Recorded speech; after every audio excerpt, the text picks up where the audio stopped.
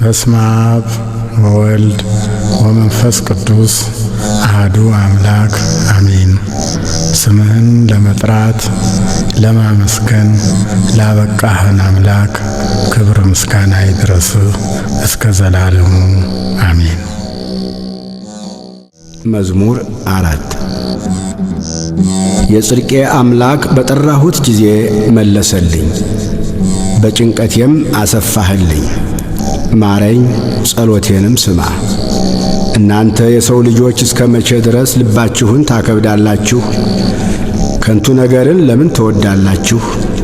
ሐሰትንም ለምን ትሻላችሁ? እግዚአብሔር በጻድቁ እንደተገለጠ እወቁ። እግዚአብሔር ወደ እርሱ በተጣራሁ ጊዜ ይሰማኛል። ተቆጡ፣ ነገር ግን ኀጢአትን አታድርጉ። በመኝታችሁ ሳላችሁ በልባችሁ አስቡ፣ ዝም በሉ።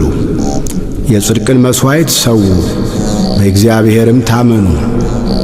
በጎውን ማን ያሳየናል የሚሉ ብዙዎች ናቸው። አቤቱ የፊትህ ብርሃን በላያችን ታወቀ።